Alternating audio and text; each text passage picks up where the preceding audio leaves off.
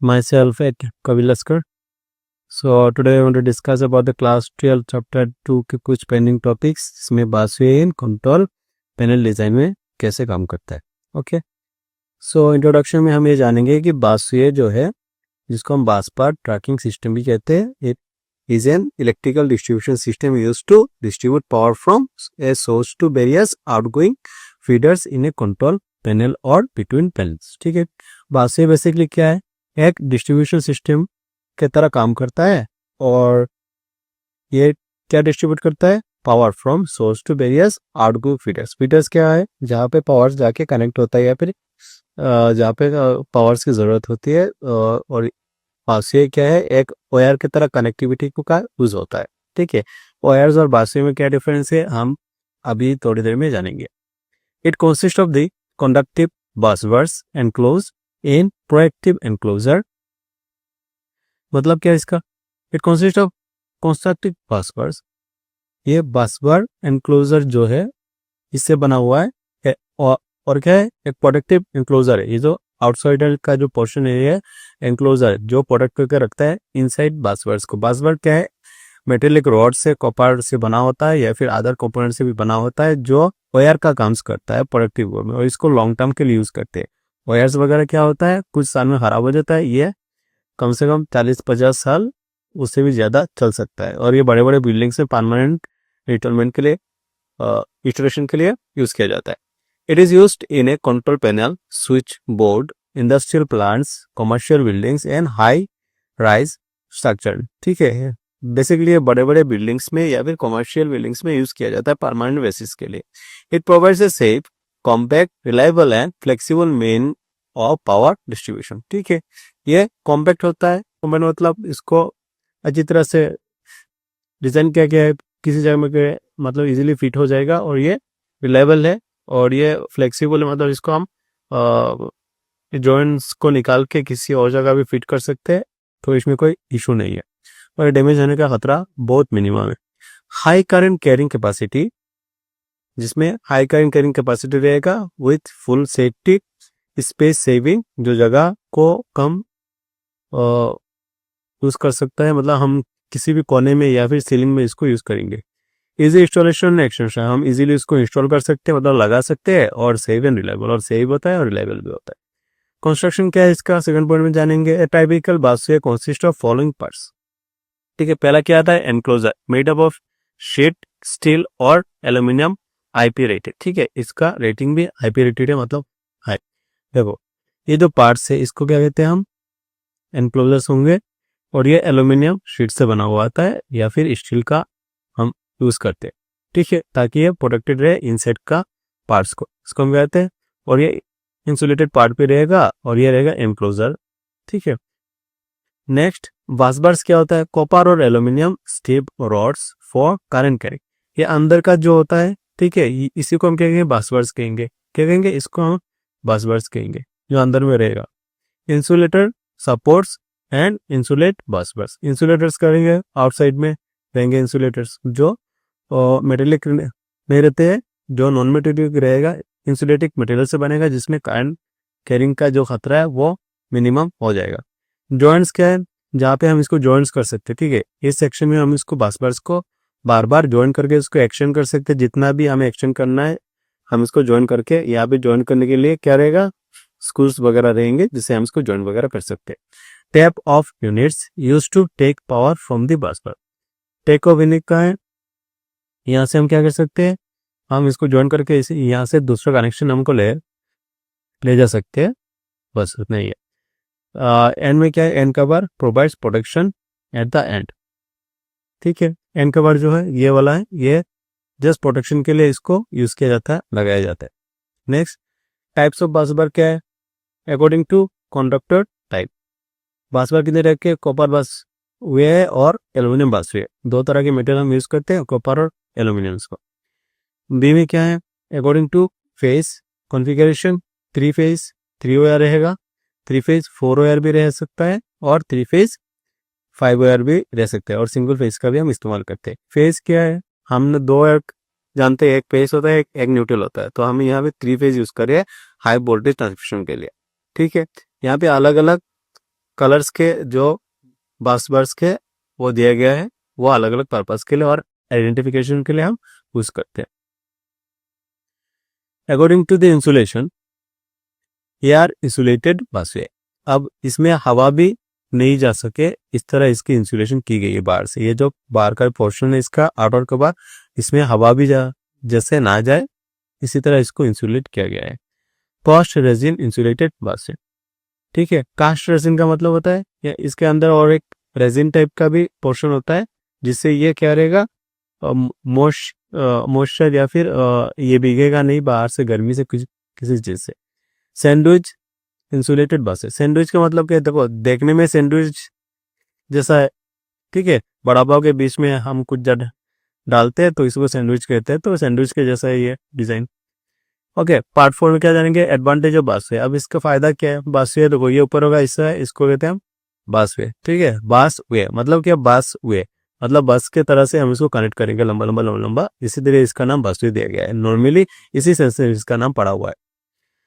अब एडवांटेज में high current carrying capacity है। ये हाई करंट कैरिंग कैपेसिटी रखता है, जिसके अंदर से हम जितना चाहे उतना करंट पास करवा सकते हैं, कितने वोल्ट का भी चाहे। Compact size and save space. इसका देखो साइज क्या है, कॉम्पैक्ट रहेगा मतलब थोड़ा सा रहेगा इसका साइज, और ये स्पेस को भी सेव करता है, हम किसी भी कोने में इसको लगा सकते हैं। इजी एंड क्विक इंस्टॉलेशन, बहुत इजीली इसको इंस्टॉल कर सकते हैं बिकॉज स्क्रूज वगैरह है, टाइट कर सकते हैं, लूज कर सकते हैं, इसको डिटैच कर सकते हैं मतलब अलग कर सकते हैं, इसको फिट कर सकते हैं हम किसी भी एंगल में। अगर चाहे यहाँ से इधर के साइड में हम जो कनेक्शन दे इसको ले जा सकते हैं, elbow connection, T connection, cross connection, ऐसा करके हम किसी भी रूम में इसको, किसी भी रूम से किसी भी और रूम पे भी हम इसको एक्सटेंड कर सकते हैं किसी भी तरह से, कोई इसका वो नहीं है। ये हर तरफ से हमें रिलायबल एडवांटेज देता है। इजी एक्सटेंशन एंड मॉडिफिकेशन, अभी हमने जो समझा है, easy extension and modification. Low maintenance लगेगा इसका क्योंकि ये इंसुलेटेड है बाहर से और अंदर से रेजिन प्रोटेक्टेड है जिसमें हवा भी नहीं घुसता है, तो ये इजी मेंटेनेंस है, मतलब इसको लो मेंटेनेंस में हम रखते हैं, इसको मेंटेन करने की जरूरत भी नहीं पड़ती, 40-50 साल आराम से चला जाएगा ये। बिकॉज इसके अंदर वायर्स नहीं है, इसके अंदर क्या है, ये रोड्स है, ये एल्यूमिनियम एंड कॉपर के रोड्स रहेंगे। ठीक है, इसको रोड्स मतलब ये मटेरियल से बनाया गया हार्ड मटेरियल, ये नॉर्मल वायर के जैसे नहीं है जो इजीली डैमेज हो जाए। High reliability and long life. ठीक है, better safety due to enclose construction. Better safety क्यों है, क्योंकि यहाँ पे हवा भी अंदर नहीं जा सकता, तो चूहा बिल्ली इत्यादि इसको तो छोड़ ही दो। Radius fault risk end voltage drop. अभी फॉल्ट होने का कोई चांस नहीं है क्योंकि हाई प्रोटेक्शन है, तो वोल्टेज ड्रॉप तो होगा ही नहीं। वोल्टेज ड्रॉप कैसे होगा, अगर लीकेज होगा तो। नेक्स्ट पार्ट 5 में क्या देखेंगे, एप्लीकेशंस का यूज कहाँ पे होता है, power distribution and control panel and switch boards. Power distribution में हम इसका यूज करेंगे, पावर को एक जगह से दूसरी जगह। देखो यहाँ कितने सारे बस बार्स लगे हुए हैं और यहाँ पे कितने सारे पैनल्स है। Connection between transformer and main distribution panel, इसका मेनली इस्तेमाल हम कहाँ करते हैं, connection between transformer and main distribution में। ट्रांसफार्मर से मेन डिस्ट्रीब्यूशन के बीच का जो कनेक्शन है हम बस बार्स में यूज करेंगे। Distribution in industrial plants, malls, hospitals, airports, 8 parks. ठीक है, high risk building and commercial complexes में हम बस बार्स को यूज कर सकते हैं because of high safety purpose में। ओके, फिर एक बार high current and reliable power distribution is required. ठीक है, क्यों, क्योंकि हमें हाई पावर चाहिए और रिलायबल और सेफ्टी भी हमें चाहिए, इसलिए हम इसको यूज करते हैं मेनली। अब बस बार्स और केबल्स में क्या डिफरेंट है, देखो केबल्स का मतलब जो हम नॉर्मल तार्स वगैरह घर में यूज करते हैं केबल, जिसे हम अपने घर में पूरी तरह वायरिंग कर रहे हैं, इसको हम नॉर्मल केबल के अंडर में कंसीडर करते हैं। अब बस बार और उसमें डिपेंड क्या है, तो पैरामीटर को देखें तो करंट कैरिंग कैपेसिटी क्या है, बस बार का ज्यादा है, इसका क्या है कम है, क्योंकि ज्यादा करंट कैरी नहीं कर सकता है, ये गर्म हो जाए पिघल जाएगा। स्पेस रिक्वायरमेंट, बस बार में लेस चाहिए, इसमें मोर चाहिए। क्यों मोर चाहिए, क्योंकि मैक्सिमम कनेक्शन देना पड़ेगा, बहुत सारा वायर्स यूज करना पड़ेगा, इसलिए हम बस बार को कंसीडर कर दिए सिंगल कनेक्शन में सारे सप्लाई अपने आप दे देगा। नो इंस्टॉलेशन टाइम लेस, क्योंकि ये सारे कॉम्पैक्ट डिजाइन होते हैं, बस इसको फिट करना है, स्क्रू टाइट करना है और अलग अलग बॉक्स को आप इजीली इसको फिट कर सकते हैं अलग अलग एंगल में जैसे भी चाहे।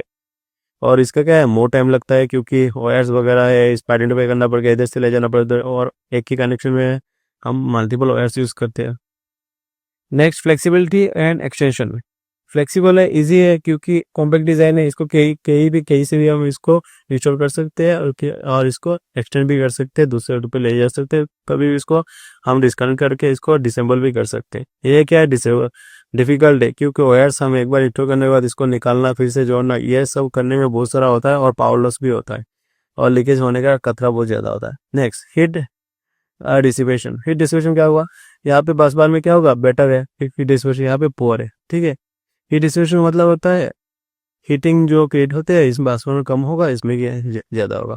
कॉस्ट क्या होगा, हायर इनिशियल कॉस्ट, इनिशियली इसको इंस्टॉल करने में कॉस्ट ज्यादा पड़ेगा बिकॉज ये इतना कॉम्पैक्ट डिजाइन है और आउटरमोस्ट शेल को एल्यूमिनियम वगैरह से बनाया गया है, ये बॉक्सेस में आता है, स्टील प्लेट्स और ये सब को यूज करते हैं, तो इसका कॉस्ट थोड़ा ज्यादा पड़ेगा, इनिशियल स्टेज में ही पड़ेगा, मतलब जब हम करेंगे। लेकिन ये 40-50 साल जब तो ये जाएगा तब ये कॉस्ट रिलायबल, मतलब कॉस्ट अपने आप निकल जाएगा compare to the low initial cost. बाद में क्या होता है, ये डैमेज हो जाता है, इसको चेंज करना पड़ता है, लीकेज वगैरह, ये बहुत सारा एमसीबी वगैरह बहुत बार खराब करते हैं, चूहा बिल्ली इसको काट सकता है, इसको नहीं काट सकते।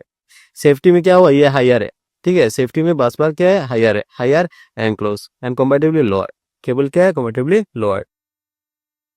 Typical busway system in control में, typical busway system in control में कैसा होता है, इनकमिंग सप्लाई में जाएगा, मेन एमसीसीबी में जाएगा, और या फिर हम ऐसी एक को भी हम कंसिडर करते हैं, ये दोनों सेम चीज है। एक्चुअली क्या है, ये मेन फंक्शन जहाँ पे एमसीबी वगैरह रहते हैं, एमसीबी का दूसरा टाइप है, उसमें हम सप्लाई से जाएगा, नेक्स्ट बस बार के कनेक्ट होगा, बस में जितने भी रॉड्स है उसके साथ आएंगे।